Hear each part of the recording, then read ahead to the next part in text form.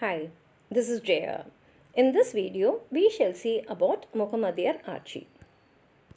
In the whole of Tamil Nadu history, we can say the most confusing period was the Kalapirar time and Muhammadiyar time. These Muhammadiyars, they first captured Devagiri and Dwarasamitram and then they came to Takkanam.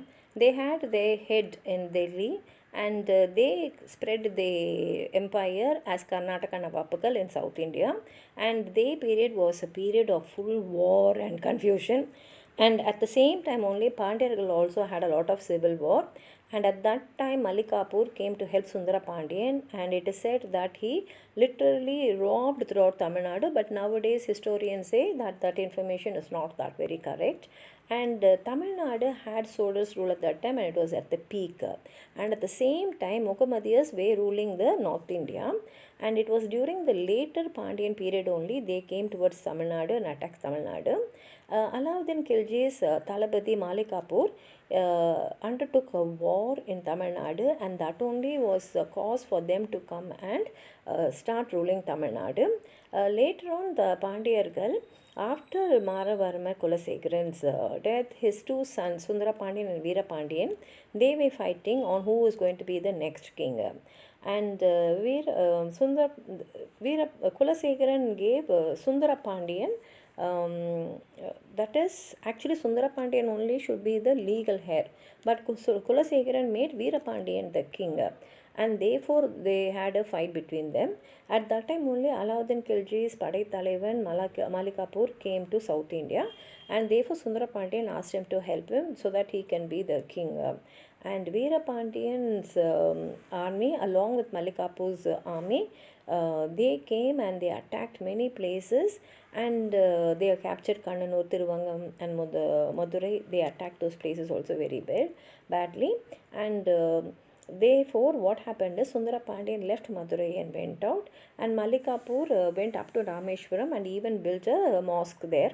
And when he returned to Delhi, he took a lot of wealth from South India and he went.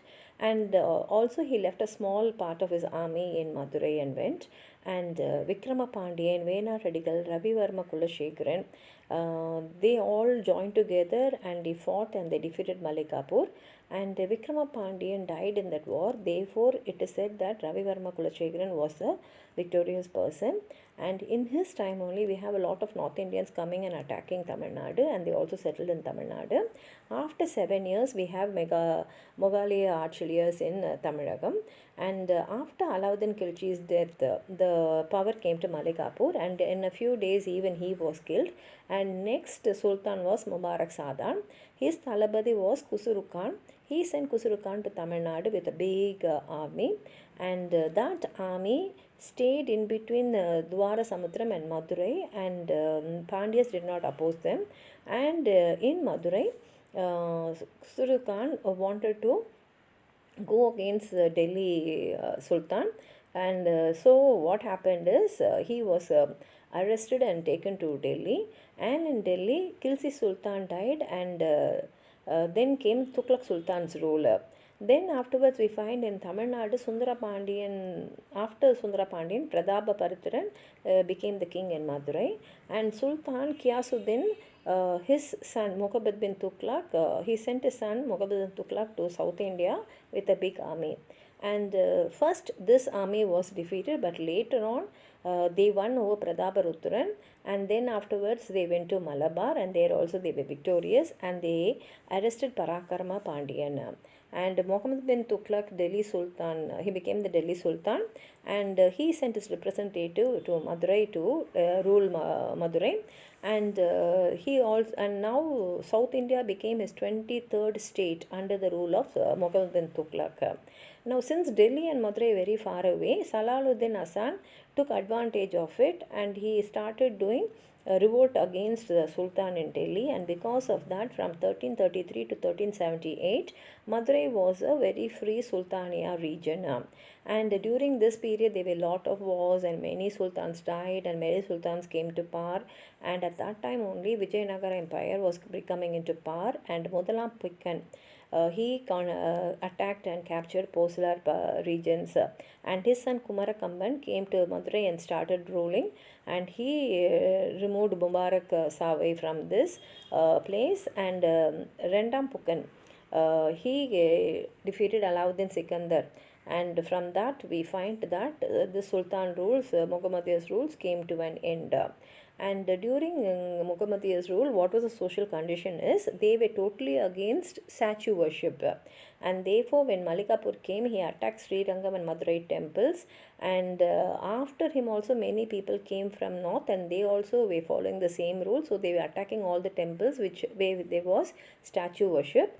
And during their time all the great kingdoms became small kingdoms, and many people they started becoming in Tamil Nadu, converting themselves into Muslims, and this Muslim religion and Saracenic architecture got the support of many of the rulers, and it was this time when Vijayanagar was starting to see its rise.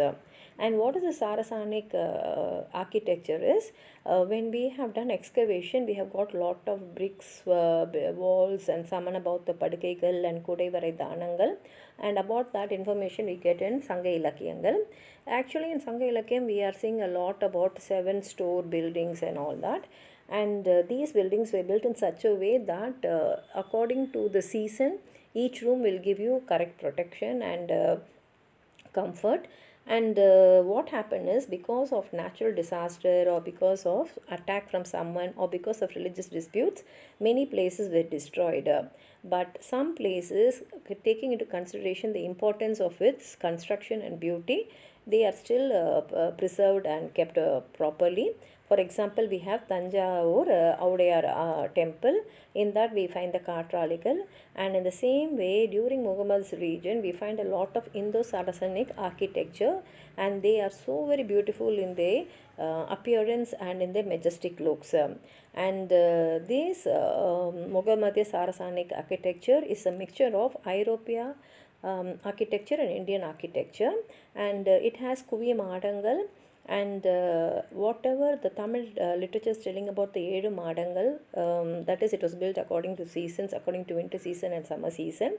In the same way, these buildings also there, and they have tall Gobura Amaipu, and they have flower designs, and they have Vidhanangal. And for that, the best example is the Humayun Mahal, which is in Shepakam, the palace.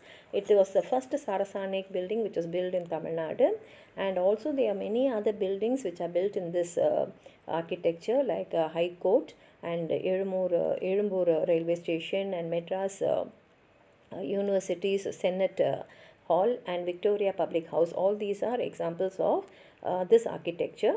And above all, we have Madurai's Nayakar Mahal, which is the best tourist center. This is an example of Saracenic architecture. And in Tamil Nadu, many forts and temples were destroyed by British people, but they did not touch these Saracenic buildings because they were so very great and they were world famous also. And the literature during this Muhammadiyya time is Sira Puranam, Padai Por Ilakkiyangal, Nunti Nadangangal, then Islamic Meyyals and the Sufi songs written by Kunnakudi Mastan. These all were written during their time. If you have anything more to add on to what I've said, please write it in the comment box. Like the video, share it with your friends, and if you have not subscribed my channel, please subscribe and support. Thank you.